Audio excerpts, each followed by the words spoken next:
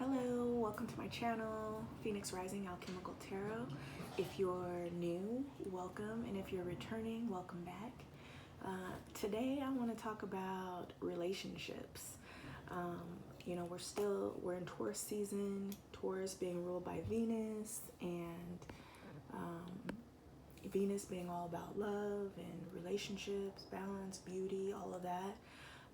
I wanted to touch a little bit on relationships and see and pull a couple cards and see, where we're still holding ourselves back, where we may be getting in our own way, people pleasing, just still dealing with, since we're in this time, this transformational time, relationships act as our biggest catalysts for evolutionary growth. So in all relationships really, but with our closest relationships, usually our most intimate relationships are the ones that act as the biggest catalysts next to our family and friends and coworkers and all of that, and of course our relationships to ourselves. So with knowing that relationships are the biggest catalyst for our growth, our evolutionary development, our spiritual growth, our advancement on a soul level and as a collective, it's worth examining and talking about. So we're gonna do that. We're gonna pull a couple cards. We're gonna pull a couple cards from the Destiny Tarot deck, which is very Venus looking with its roses. We're gonna pull from Messages from the Heart of the Divine Oracle deck. We're going to pull from the Romance Angels, Doreen Virtue. And if we have time, which I think we will, I'm going to try my best, we'll pull a card from the Angel Oracle deck and get a message for you guys from there. And that's pretty much it. So I wrote down a few things, but I didn't really prepare anything. I know I always say that, but I kind of like to see what comes out, just channeling naturally by tapping into the energy and seeing what comes out. So one of the things that I wanted to touch on is, alright, sorry if it's loud, y'all. I have the windows open and there's a lot of activity going on out there. Okay, so a couple of things I want to go over though are some things to pay attention to, how you're showing up in your relationships and what you're needing from your relationships or what you're needing to let go of. Again, this is going to be a continuous theme and something that you should continuously be looking at and paying attention to, consciously aware of what you're cultivating in your relationship and what you're needing to release yourself of. That's the only way you're able to set boundaries and cultivate loving, respectful relationships, and show up for each other in a way that you are able to help each other grow and use each other as catalysts for your growth. And that's in any relationship too. That's with your family, your friends, or even your coworkers. It's something to constantly be paying attention to as far as your daily interactions with others, especially if they're on a continuous basis. So with that being said, and the reason why that is because we are mirrors to each other. We act as mirrors to each other. So it's important to pay attention to what triggers the hell out of you. Usually that's an opportunity to look within yourself and see, why does that trigger me? Why does that irk me or bother me? Because 9 times out of 10, it's something internal. It's something internal rather it being external. And even if it is something that was initiated externally, like for example, maybe your coworker said something to you that rubbed you the wrong way. Well, instead of letting that comment or that remark bug you throughout the whole day, stop to think about, okay, well, why did that bug me? Why are you letting that trigger you or affect you in any way or the other? Why does that matter? And normally what you'll find is either there's some truth to it, or it's something revealing to the other person. It's something that's a truth to them. That's something that they're projecting onto you. So either way, it's worth looking at and assigning, okay, well, is this mine or is this theirs? And then from there, you can use discernment on how to deal with it. And if it's yours, even if it's something that you don't find necessarily positive, it's worth looking at in order for you to take that opportunity, use that to your advantage to either change, integrate, or accept, or let go. So that's one way. That's one way of using relationships to your advantage and paying extra close attention to how does this relationship trigger me. Pay attention to your triggers in any situation, in any scenario, so you can properly categorize it and deal with it. Instead of letting it fester and going on this root chakra tangent. When I say root chakra, I mean like, a basic level of understanding, a basic level of consciousness. When you take it up through the levels, you can have higher levels of consciousness and see things on a higher level, and deeper understanding, to where you don't have to always internalize something or respond. Not everything warrants a response, and usually it'll just go away on its own. And not everything has to be a big 5 of Wands moment or a Tower moment where you're constantly dealing with conflict or upheaval. It's really using your discernment to cultivate your reality and protect your peace, and recognize that not all battles are worth fighting, and not all things are worth your attention. So really having a high level of discernment for that, and I guarantee you the higher level of discernment, the more you can weed out the things that don't matter, or the things that aren't going to affect you in one way or the other, and prioritizing protecting your peace and your state of mind and your frequency. Then you can operate from a higher level of understanding and showing up, being more present and attuned with the energies around you in a more harmonious and balanced way, creating more of that. So it's setting the tone, not only and showing accountability too for your own actions and behavior, and not being triggered and automatically being responsive. So really, it's putting the power back into your own hands and taking responsibility of your own actions and behaviors, and not being so reactive. It's being more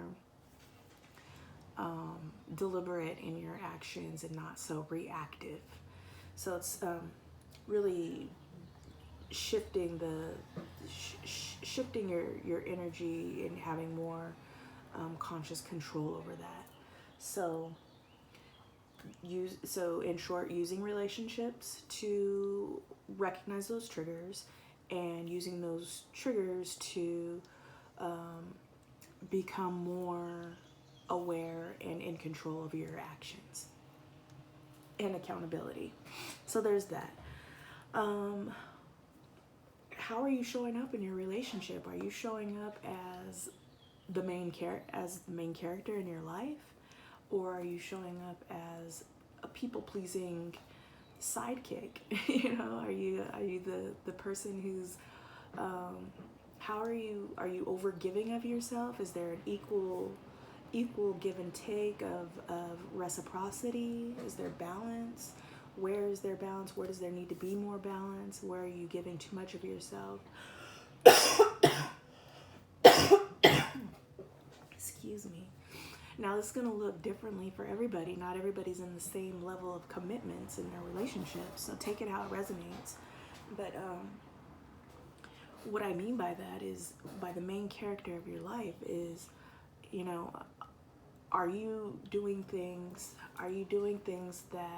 that please you, but also that are in alignment with your true self, but also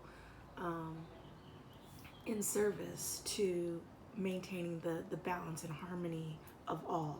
So in other words, not acting out of hate and discord, but always striving to create equilibrium and balance and harmony. Nobody really wants to be fighting all the time, I doubt. So if you could be more consciously aware of what it is that's affecting you, then you can, and that also plays along the lines of being the main character in your own life. Not handing over the reel of control to just anybody. It's really the reels of control. It's really being mindful of who you're giving your power away to. And it's easy to do, especially when you're in a committed relationship. It's easy to tip the scales of balance, because especially when you're in love, you want to give everything. You want to give them your all. You want to do the most, and you love them, so you want to provide. You want to take care of them, provide for them, to give them anything and everything. Okay, but you can't always do that, because then you find yourself, you may find yourself in a depleted state, or in a state where you're not recognizing your own needs, or your own needs aren't being met. So that's why it's important to pay attention to if you're in a reciprocal relationship, and that there's an equal give and take, so that you don't find yourself depleted of your energy and your resources and whatever else. So always be mindful of how you're giving of yourself. If you're people pleasing and find yourself incapable of saying no, it's okay to say no. That's part of it's self-respect. It's self-respect, and it's part of creating boundaries and maintaining those boundaries. Nobody's going to give you something that you don't already give to yourself, or set that standard to have that given to you, or where you can be able to say, well, here's my boundary, or here's what I need, here's what I want, and if you can't give that to me, then it's setting that boundary of, okay, well, are we even right for each other? Are we even compatible with each other? Can you give me what I need at the bare minimum, and can I give you what you need at the bare minimum, at the very least? And if those boundaries, that can't even be established, then chances are it's like, why even waste your time? if that makes sense. It's you gotta establish a baseline and a foundation that's strong enough to withhold something that's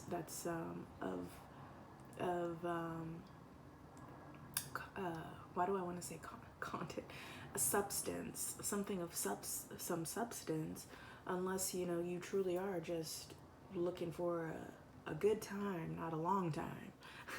like the Knight of Wands or something, So really using your discernment there, take that how it resonates. I'm mainly talking about relationships that are either long-term committed relationships or relationships that you're building on for long-term, not something that you're just, hit it and quit it, or, you know, um, playing around. You're not really serious about each other. I'm not talking about that. I'm talking about the relationships that you find yourself feeling um, connected to the person on a soul level, regardless of what that may mean. It may not necessarily mean, I mean, there's different kinds of soulmates. So I'm talking about that, the relationships on a soul level that you find yourself connecting to much deeper. So some things to pay attention to. Are you looking to your partner for some kind of external validation? 9 times out of 10, that's gonna create a toxic attachment. Devil's gonna be popping up in the cards. So one thing you're gonna want to cultivate is not needing that external validation from a partner to complete you or to provide something within you that you should be able to provide for yourself, or and not look to somebody else to provide for you. So pay attention to that. You shouldn't need validation, somebody to tell you that you're pretty. You should know that you're pretty. You should know that you're beautiful and feel beautiful and show up that way all the time. You don't need somebody to tell you that you're smart. Yeah, these things are nice, but that will make you appreciate them much more when they do come, because it's like, it's great to hear, but you're not reliant on that. Can you imagine if you were reliant on somebody to tell you you're beautiful in order for you to feel beautiful? That you may be waiting a long time. That's another thing of like giving somebody else your control, the power over you, and not being the main character in your own life. When you're the main character in your own life, you show up already knowing that you're beautiful, already having self-confidence, already knowing that you're smart, knowing what your gifts and your talents are, and even if you don't, you know that you have something to bring to the table, and just knowing what those things are, and knowing the value of, even if there's things that you maybe aren't your strong points, but you would like to cultivate within your life, even if you don't have those skills, those attributes,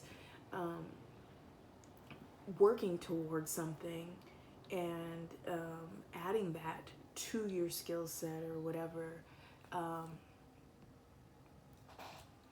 is something you can claim. That's something you can claim. If you're working towards something, you can claim that.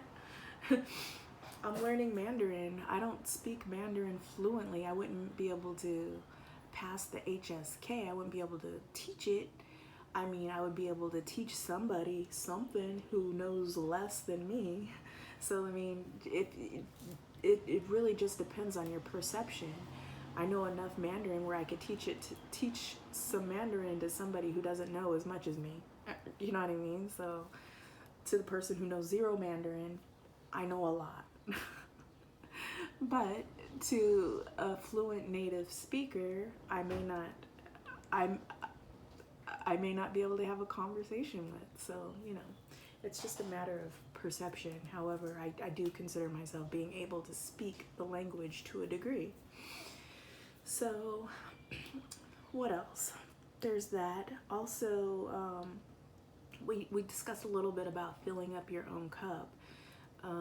Not waiting for permission to do, or waiting for somebody to do something with, or needing permission. Don't be afraid to do things on your own and go places on your own. That's something I've been dealing with. I feel like, I've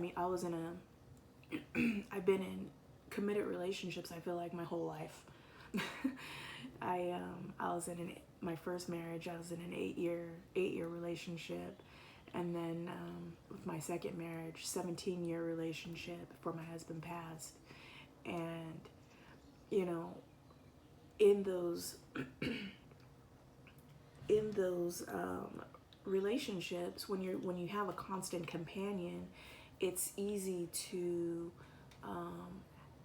have your constant companion to do everything with. That's your person, your best friend, your everything. That's your other half.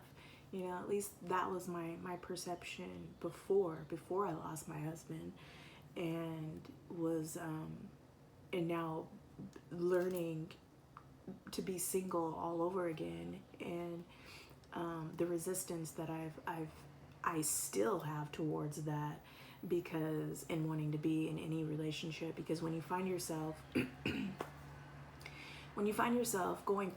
have gone through heartache, or have been in a committed relationship for so long, so many years, and you've known that to be your identity for so much time of your life, you and when you lose that, when that's suddenly taken from you, it it's almost as if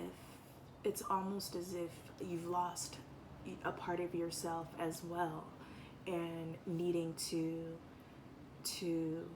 refine that. So it's like, once you do go through that healing process and come back to yourself and find yourself, you're not so reluctant to give that up.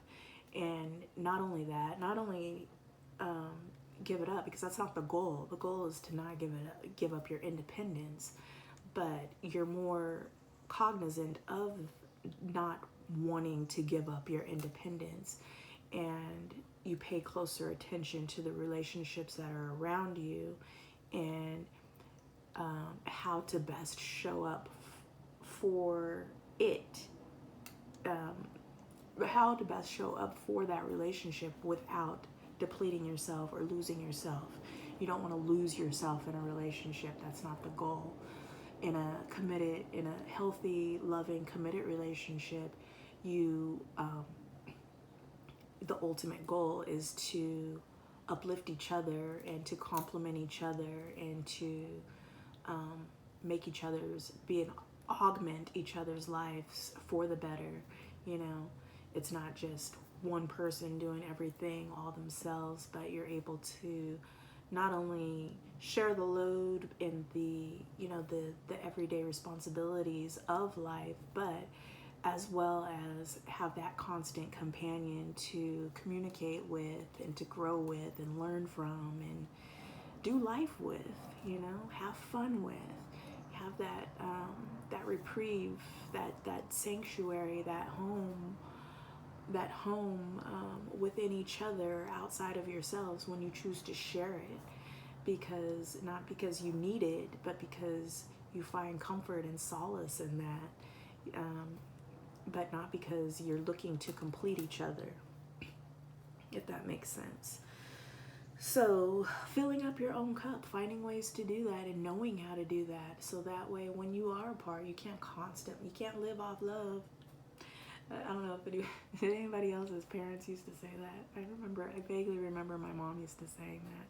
You can't live off love. So many weird sayings that now, as an adult, I can attach some meaning to, whereas before it was just some cliche words strung together. But with that being said, also, you don't need permission to go and do something on your own. It's actually kind of it's pretty pleasurable. I've been spending a lot of time on my own, not just because I'm busy and my boyfriend's busy, but because I really genuinely enjoy my own time and space. Like, I enjoy being alone. I enjoy my own company, and I'm never bored. And a lot of people can't say that or do that, but you should be able to, and strive for that. And that may take time and patience with yourself, and allow yourself that time, but it's definitely worth curating, and that allocating time to yourself in your life. You need it. You absolutely need it. Not just for meditation, but for the purpose of being whole and complete within your own sovereignty and not dependent on anybody for entertainment, for validation, for permission, for love, for anything. When you can give those things to yourself, when you can offer all of those things to yourself, you're truly, when you do show up for a relationship, or you do find yourself in a committed relationship, you're in it for the right reasons, not for any of these toxic attachments that a lot of people find themselves in, and then disappointed because they're not getting it. Disappointed because they're not getting something that they're lacking. They're not getting it from someone else, or they were getting it and they're not getting it anymore. Okay, well, guess what? You don't need them. You don't need an external source to get these things. If you're able to take care of yourself financially, if you're able to entertain yourself, learn, to me, learning is entertainment. But if you can't self-educate and invest in yourself, invest in your own, and I get it, it can get lonely, especially if you're not tapped into knowing that you have guides. You're never alone.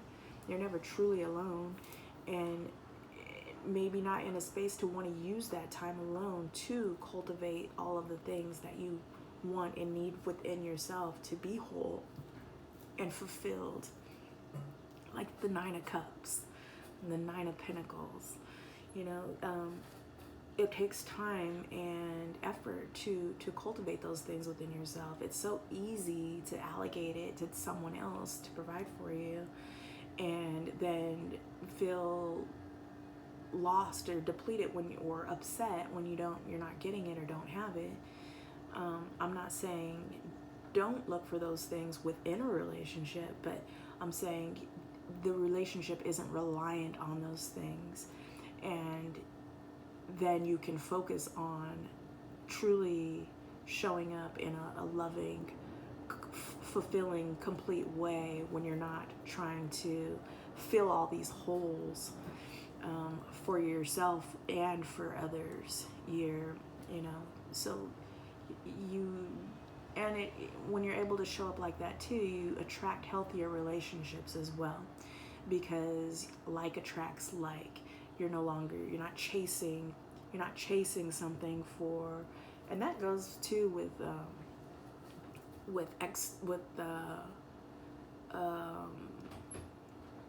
things that attract you that are superficial, like for example, looks. Like if you're attracted to somebody solely based on their looks or their physique, fine, that's great. But there's always going to be somebody who's beautiful, always going to be somebody with a better body and somebody beautiful. If that's what your relationship is built on, it's not sustainable. It's not sustainable for one. People change, bodies change, looks change, we age, we don't always look our best. And even when we do, if that's the case, you can look at the same person, the same attractive person, even if they don't lose their looks or their body, you can look at them for 20 years and get bored as hell if that's the only thing that you have to rely on. If that's what your relationship is built on, then it's already set up for failure. it's already, it's not sustainable. So there has to be something of more substance other than attraction, other than looks and physique. There has to be something internal that attracts you to somebody. And if you're both coming from a healed space where you're not Swiss cheese, filling holes from looking like Swiss cheese, then you're able to focus on the things that matter and build a strong foundation that's worth building and sustaining. Worth building, and that's sustainable. That's better. All right. Let's see. Is there anything else I want to? And then one more thing I'm going to touch on before I pull some cards for you guys, is what is the state of mind that you're in when you're manifesting, because that matters. If you're trying to manifest from a Five of Pentacles lack state of mind, a state of mind where you're, or out of fear or out of need, a fear of loss, or a fear of not having enough, or a fear of not having this relationship, a fear of losing somebody, a fear of, if you're operating from fear or lack, your manifestations are going to come in with that, with an element of that. That's not where you want to, that's not a space that you want to manifest from. So when you find yourself in these lower vibrational energies, your first bet, my first advice to you is to get yourself to out of that frame of mind. You want to change your perspective as long as you can. Get into the hangman position and get another perception before trying to consciously manifest what it is you want. You want to manifest from a state of love and abundance and harmony, and already knowing that it's yours, already knowing that what you want wants you, and what you want is already yours, because if you can perceive it, then there's a version of you that reality is already in existence. So it's just a matter of focusing, feeling, embodying, and then letting go of the attachment. You can't hold on too tightly either to it, because if you hold on too tightly to it, then it has the same effect as trying to control it. And when you're trying to control something a little bit too hard, you're not leaving it up to the universe to bring it into your physical existence, into the 3D. We could talk more about manifesting and later, but there's plenty of information out there on it. Manifesting techniques, manifesting do's and don'ts, whatever. And manifestation is definitely, whether you know it or not, whether you're doing it consciously or not, you are a creator, and you are constantly creating your reality. So whether you're consciously doing it or not. So the goal is to consciously create the reality that you want. But and there's ways of doing that. There's ways of doing that easier and having things come into fruition for you faster.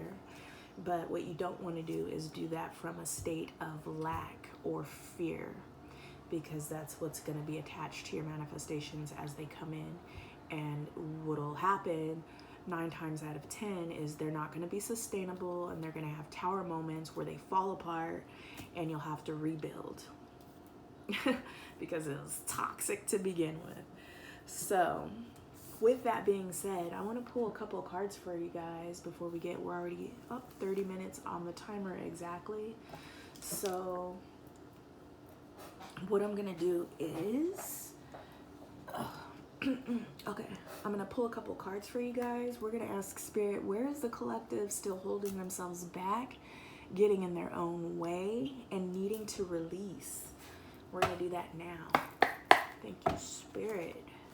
What messages do we have for the collective, for the highest good of all? Where is the collective still holding themselves back, getting in their own way, needing to let go of? It's too many. It's a lot of energy, maybe less. Let's get a couple cards. Just a couple. I love this deck. It's so pretty. It's got the gold foil. I'm a sucker for gold. If a deck has gold foil, I'm gonna love it, most likely.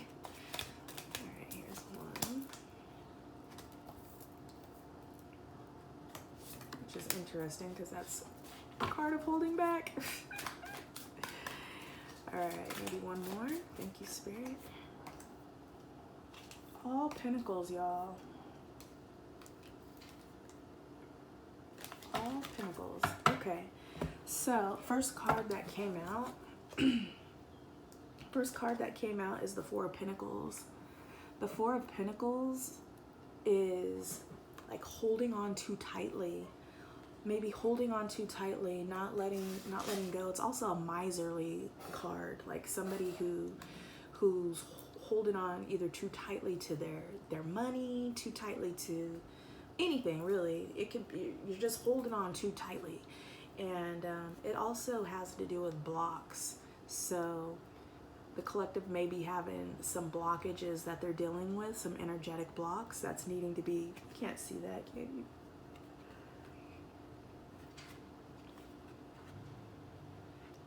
Okay, these cards are a little bit harder to see, but it's okay. You can see the back, it's pretty. Anyway, Four of Pentacles, you could be dealing with some blockages, maybe even like a block in the heart chakra, solar plexus, any of these places, and really needing to focus on opening up some of these energetic spaces. If you're coming from a heart space, really the best place to manifest from is from your heart space. Your heart is actually very magnetic and acts as a portal that attracts. So when you could open your heart, have a clear vision of what it is that you want and want to bring in and want to attract, then it's easier said than done. Try having a Kundalini awakening. But if you any of our chakras, though, without actually having a Kundalini awakening, any of our chakras can be worked on, healed and opened or balanced, and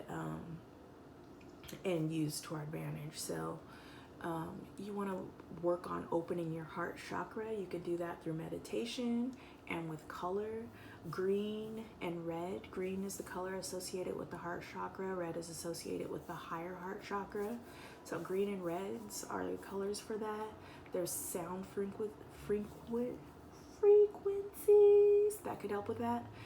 And meditation. So maybe not holding on so tightly to outcomes or situations, letting go of control, needing to control the situation in any given situation. Let go and let God. You don't have to hold so firmly to the what are they? The reins, you know. Being in the flow. Being in the flow is the best way to manifest, and not having to control the outcome. You don't have to see every single aspect of a situation in order to move in any one direction.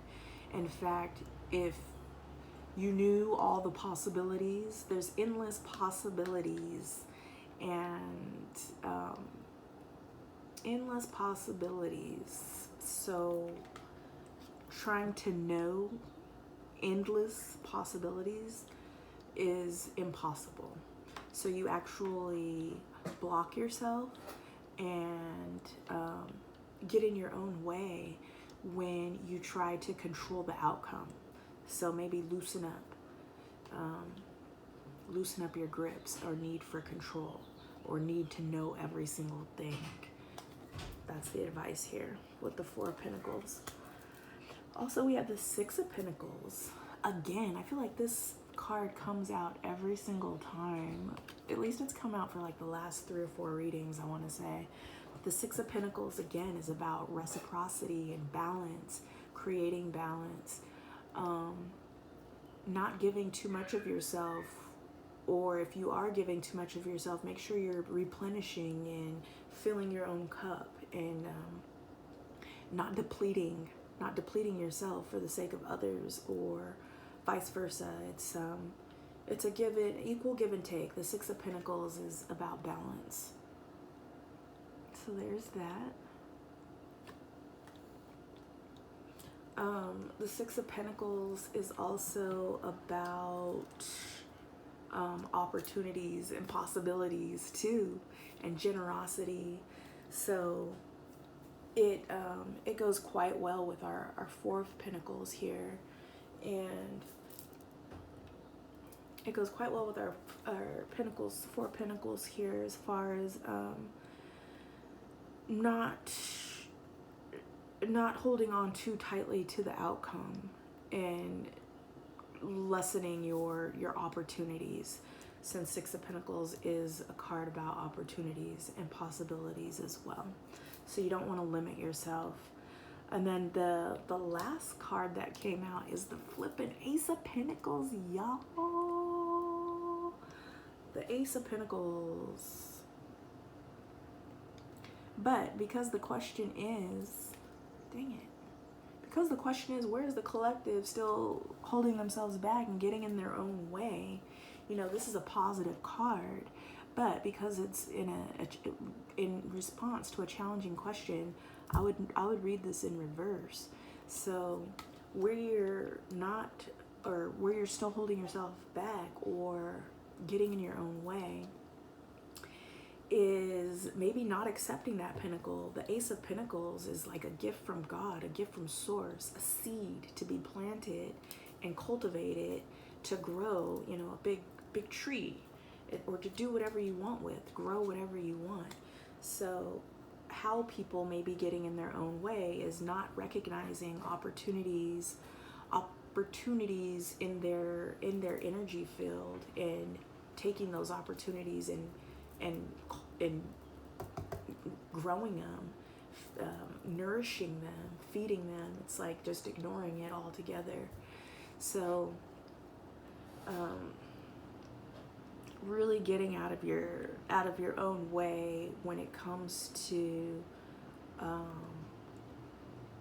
opportunities that are already being presented to you and that may be ignored. So recognizing what opportunities are already available to you and using them to your advantage. Growing something, feeding something, putting your attention towards something that could ultimately be a seed for your future, for your survival, your ultimate legacy, your fulfillment, something material too. I mean, it's a pinnacle, so it has everything to do with anything you can put under the material category: money, all your finances, anything that gives you those creature comforts and stability. Pentacles is all about money and stability, and, you know, being here rooted in the 3D, and all the opportunities and things and tools we can use to our advantage in this lifetime, in this incarnation. So really recognizing what's available to you. I like that it's all earth, all earth cards that came out, except for at the bottom of the deck are three of swords here, which is the heartbreak card.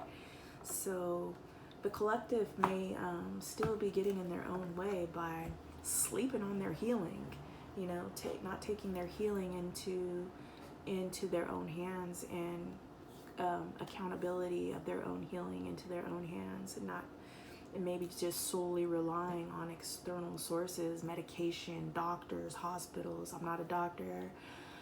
I'm not a medical professional. I'm not giving you medical advice. Just throwing that disclaimer out there.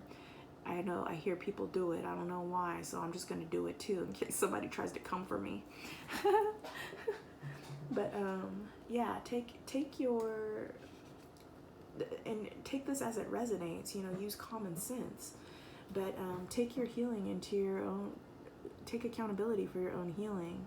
Take responsibility for your actions and how you're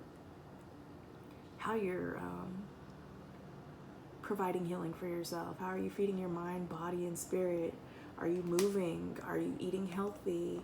Are you trying to eliminate some of those medications that are, you know, maybe not so healthy, maybe helping in one aspect of your life and not in another? You know, you've heard like some of those side effects for one medication. Those things crack me up still. So anyway, we're gonna move on. We're getting kind of long into our video. It's already at the 41-minute mark. So that's our tarot. I'm going to pull from the Romance Angels. This one also has gold foil. The Romance Angels, and see what messages Spirit has for you there. Spirit, what message do you have for the collective, for the highest good of all? What does the collective need to know in regards to relationships and love? The energy, Spirit. Anything else? Anything else? Okay. The first card that came out was True Love. This came out last time too. True Love. Okay, so I take this as you are your true love. First and foremost, you are your true love. You need to cultivate that loving relationship with your higher, most authentic, true self. Cultivate that, and then you can attract, not chase or look for your true love, something to attract in. It says this is the romance of a lifetime. It really is, because as we're going through these transformational processes, ultimately it's getting you, it's moving you closer to your true self. That's the whole point. You're releasing all these things that have attached to you and have programmed you from the time you were born. You know, your parents, your school, your jobs, your everything you've input into your life up to this moment. You know, that's what we're weeding through. We're weeding through the garbage. We're weeding through the constraints. We're weeding through the debris, the debris, and letting go of that stuff. And what it does is we're pulling back the layers and revealing we're coming closer to our true self, our soul, on a soul level. We're getting closer to ourselves, which is the true love. Trust the process, y'all. Trust that what you're doing, it does matter, and it's not for nothing. We're not just here aimlessly. That we do have a purpose and a reason of why we incarnated here at this time. We're not alone doing it. We have guidance. We actually have a soul plan, even though you've forgotten it. Hopefully you're coming back to it and recognizing that you do have a soul mission and path that you came here with. All right, so this situation is calling for you to have faith. Have faith in the divine, have faith in yourself, have faith in trust in divine timing, and know that you're exactly where you are, where you need to be. And even if it's not in a situation that you want to be in, you're in it for a reason. There's a lesson to be learned or something to be taken from whatever point you are in your life and whatever point you are in your relationship. There's something to be gained from it. So you take that as an opportunity. Use that to your advantage, like an Ace of Pentacles. Use that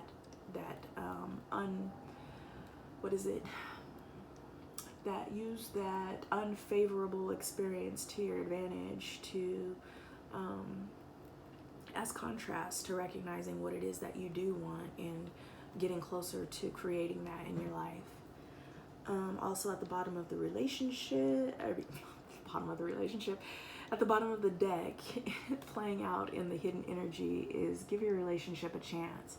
So maybe don't be so quick to give up on something. Don't expect for something to be at its highest peak, at its best, without putting in the work to cultivate that.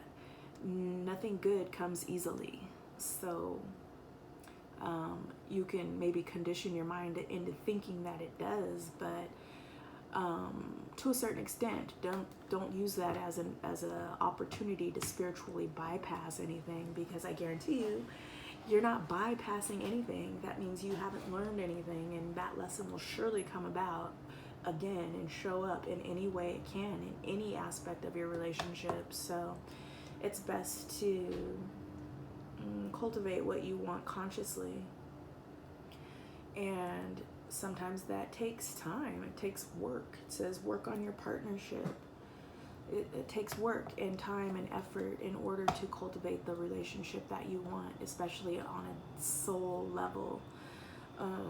So don't sleep.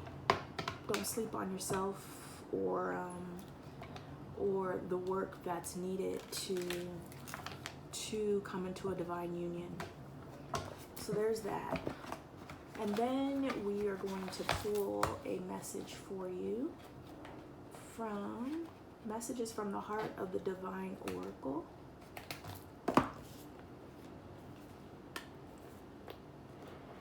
Let's see what comes out there. Thank you, Spirit. What message do we have for our collective? For the highest good of all. Guidance, advice, anything inspiring for the highest good of all, for our collective. Thank you, Spirit.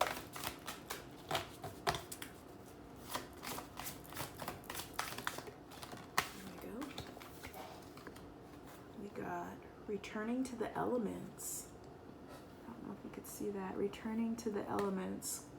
Card number 4. 4 is about stability and foundations. I'll read to you what it means, but and then at the bottom of the deck, Reclaiming the Goddess. I don't know if you can see that. This deck has a little bit of nudity, but I don't think you can see it enough where it'll matter, so it's fine. And that's 30, which is a 3. So a 3 is about manifestation, creation.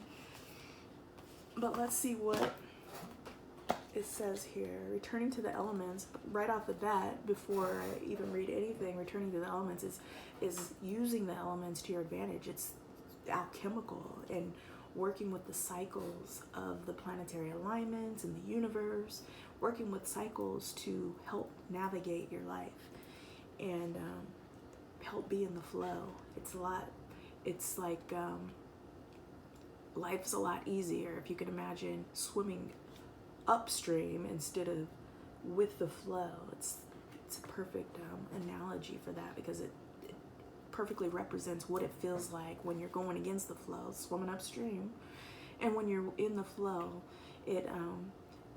life becomes a lot easier. I'm not saying all your problems disappear, but you live life with a lot more ease and peace, not so much conflict. All right, here we go. 4. Returning to the elements. The earth speaks in love and generosity. This language is the seed of life. Nature is always teaching us our sacred mirror.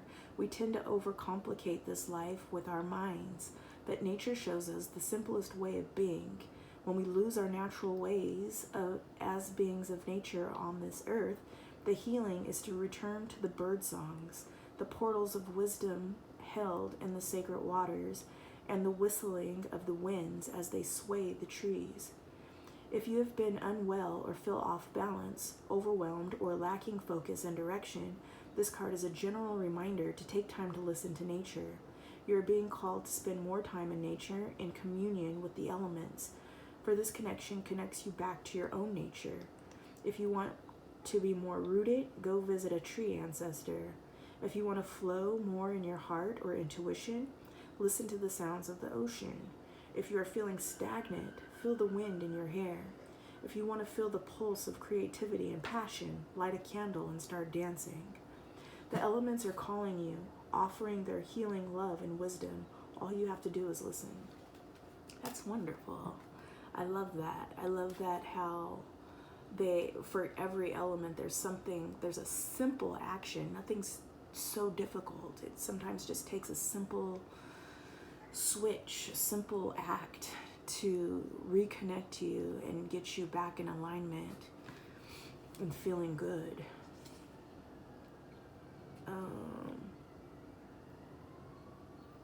Here's a ritual. If possible, go outside and sit in nature.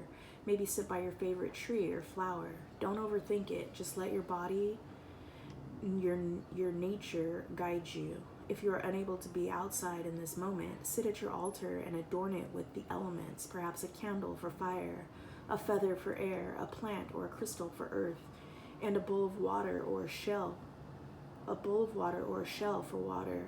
Take a few moments to close your eyes and breathe. If you do this, take in the smells and sounds of the natural world around you. When you're ready, focus on one element, earth, air, fire, or water. You intuitively feel your nature is needing as medicine at this time. Ask this element for a message. Notice what you feel or sense, what thoughts, memories, or inspirations come to your mind when you are finished. Thank the element for its message of love. Carry this element, its wisdom and guidance in your heart as you continue with your day. Wonderful. So, it's a quick, easy way to reconnect with yourself, connect with any natural elements. And it doesn't have to take a lot of time. It doesn't have to take a lot of space. It's just quite simple. All right, and 52, 51. Gosh darn it. All right, I'm going to do one more. I'm going to end it with an angel oracle card. And leave you guys there to your own devices. Thank you, Spirit. What angel oracle can we leave the collective with?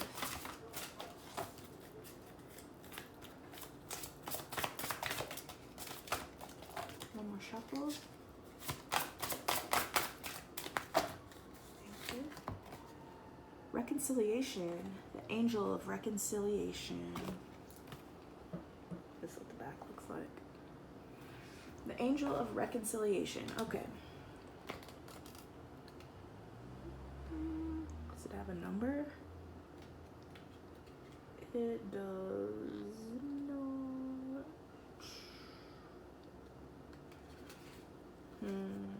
It's not in alphabetical order, y'all. Oh, but here it is. Ha ha ha. Okay, the angel of reconciliation. Hold it up for you.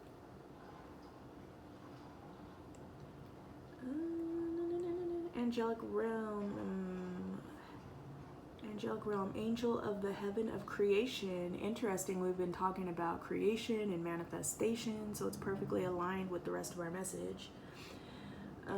Angelic function, to reconcile us to the light. Gifts for earth, it can help us to release painful traumas which distort our view of life, bring us more fully into the present flow of life, help us open our hearts to the good. All right, what does this mean? This angel is shown holding a lily, which is here a symbol of reconciliation, offering hope and solace to those in need. The angel offers us the peace and wisdom we need for reconciliation. It brings the new dawn of awareness when we start to live our lives afresh.